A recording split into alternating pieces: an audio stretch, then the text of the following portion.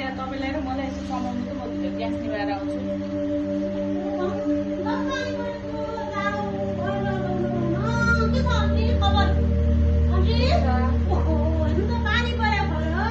चिया खानको मलाई त होला नि होइन खान्छु त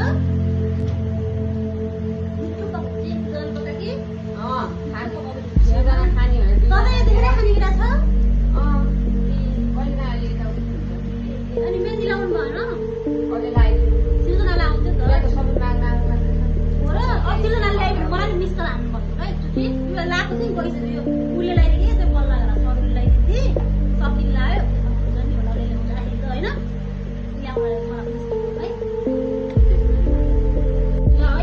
मिठो चिया खाइयो अब एउटाले मागिहाल्छ कप होइन त्यहाँ बिक्ने कि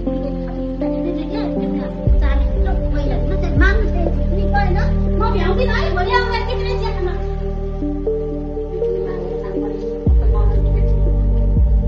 खोइ त मम्मी मेरो चिया त लौ तपाईँले खानुभयो कि क्या हो 2 कप चिया कहाँ आउनु त्यो प्लेसमा आइदिए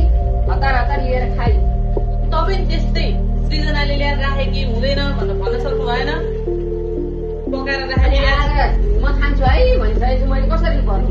अब यो गिलास मात्रै मैले मार्नु पर्ने होला चिया चाहिँ कहिले खान नपाउनु बेलामा भोलिदेखि अब लाएर भन्नुपर्छ तल बेगमा के माग्न आउँछ छैन केही पनि भनेर भन्नु मैले त के भन्नु नि जेठानीलाई भन्न मिल्दैन अब भन्न नमिलिसकेपछि लाउनु पर्ने क्या घरमा अब के गर्ने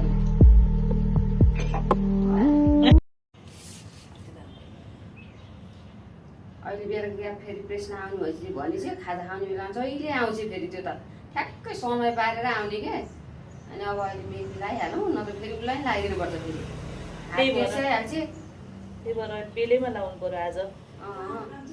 कसो कुरा गरे हौ आन्टीहरु के छ होइन दिदी उताको दिदी हुनुहुन्छ नि एकजना जहिले नि आउने के ठिक्क बेला आइज भात खाइछ क्या खाएको म त खाउँला पनि लाउँला पनि भनेर आएको लौ खाइछ क्या खाइसक्यो हामीले त तपाईँले खानुभयो म खाना आएको छु मन लाउँछु हात धोएर आउँछु ल मलाई लगाइदेऊ न है हात धोएर आउँछु यहाँ मम्मीको लगाइदिन्छु अनि झन् छिट्टै लाउनु भनेको आइहालेपछि दौडी ओहो बेलुका आउँछु भने कि यो मेहन्दीको बास्ना घरैसम्म पुग्छ कि क्या हो जहिले यस्तै मैले खाजा पकाएको नि थाहा पाउन नहुने चिया पकाएको नि थाहा पाउन नहुने म त दिक्क भइसकेँ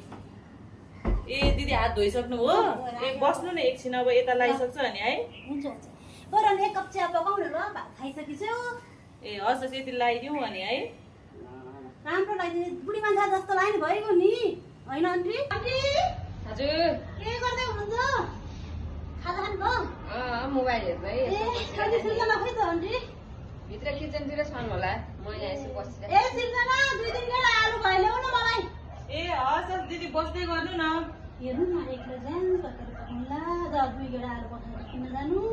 त्यही भएर आफ्नै घर सम्झेर आएको नि होइन त आन्टी अहिले मैले त गर्नु पाइन्छ दिदी लाउनु त झोला रहेन छ यसमा हाल्देऊ न लो न अनि म गइल तरकारी पकाएर रो बुढो नानी बुढो नि बुढो ए 3टा दिन्छु 4वटा दाबे हुन्छ बिजोला त केही छैन ल म गइल हस् दिदी आउँदै गर्नु न ल बहिनी ल आन्टी हजुर के गर्न आउनु भयो तपाईँहरू तरकारी के लाउनु ए हेर सिर्जना आलु त लिएर गएँ है प्याज सकिएछ उनीहरू कुरा केटा भयो प्याज मात्रै कि अरू पनि केही ल्याइदिउँ आउनु देऊ न अब हस् ल अनि एउटा गोडमिला पनि है सकिएछ भने लिन जान्छु भने एउटा गोडमिला के किन्न जानु हेर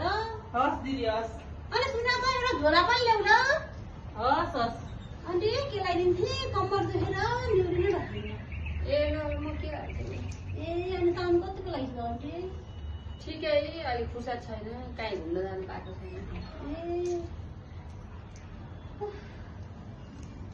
दिदी हेर्नु अदुवा त हाम्रो घरमा नि रहेनछ लाउनु यति भएको चाहिँ अलिकति बाँडेर खाऊ न अलिअलि भएको कुरा सुन न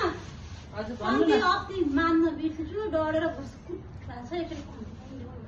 कराइ तपाईँ यसो गर्नु त्यो अहिले आलु नि ल्याउनुहोस् बरु म यहीँ पकाएर तपाईँलाई 1 कचौरा दिन्छु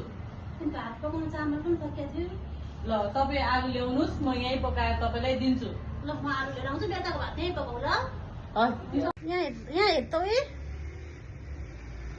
कति धेरै जमरा हाल्यो बिस्तारै मार्न भने कस्तो मान्छे भने नि यसले त रिसै पोख्छ कि क्या हो तैँले त्यो अस्मिताको कुरो सुनिस् को त्यो अस्मिताले हेर त उहाँ अस्ट्रेलियाको पिआर केटालाई मन पराइछ भाइ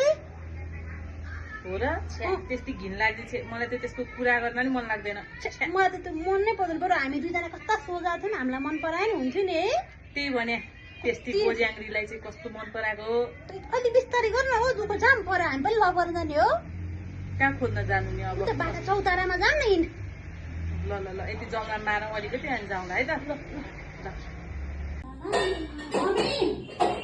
मम्मी के मम्मी एउटा काम गर्नु छैन जहिले मम्मी भनेछ उता अन्डासँग देखाउनु पर्दैन मलाई